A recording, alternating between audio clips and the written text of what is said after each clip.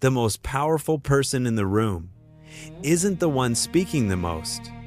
It's the one who dares to be silent. Today, I'm going to explain why silence is the ultimate form of emotional self-control and how it shifts the balance of power in your favor without you saying a single word. I remember early in my career, I thought participation meant noise. In every meeting, I would rush to explain, justify, and fill every pause. I thought I was being helpful, but I noticed something. The more I talked, the less people listened. I was leaking power. I once saw a top executive sit through a 30-minute crisis meeting without saying a word. When he finally spoke, the room was so quiet you could hear a pin drop.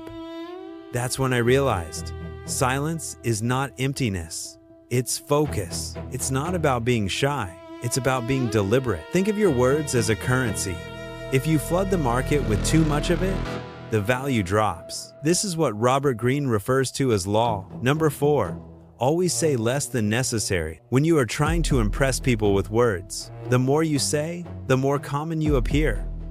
Over-explaining is a signal of submission. It tells the other person that you are seeking their approval. In contrast, a leader uses rare words, and because they are rare, they carry the weight of gold. From now on, become an editor of your own speech. If a nod will suffice, do not speak at all. Let's look at King Louis XIV of France. He was a master of strategic stillness. His ministers would come to him with urgent problems and elaborate requests, talking for minutes to persuade him. Louis would listen with a completely unreadable expression. At the end, he would simply say, "I shall see," and then he would walk away. This uncertainty kept his court cautious. They couldn't read him. They couldn't prepare for his reaction. By refusing to be dragged into their emotional urgency, he maintained total authority. You can apply this too. When someone brings you office drama, listen, stay neutral, and say, "I'll think about it." Then go back to your work. Humans are social creatures.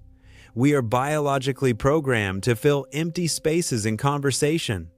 Silence triggers anxiety. Master negotiators and interrogators use this to their advantage. And so can you. When you ask a difficult question and receive a half answer, don't follow up. Just maintain eye contact and wait. Count to 4 in your head.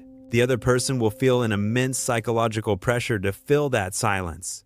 Their brain will scream for them to explain more, to justify, to reveal the truth. You didn't force it out of them.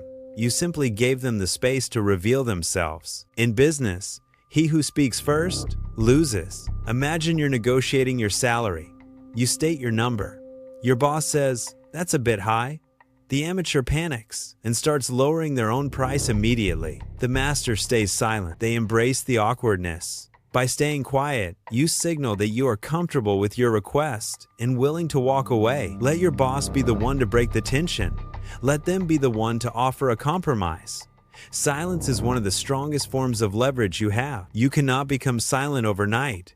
It is a muscle that must be trained. Step 1. The 3-second rule. Before you answer any question, wait 3 seconds.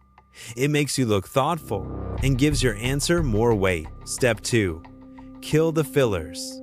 Eliminate and you know. If you don't know what to say, just pause. Silence sounds intelligent. Filler sounds insecure. Step 3. The poker face. When you hear shocking news, practice having 0 reaction. Stillness is your ultimate shield. We live in a noisy world. Everyone is fighting for attention.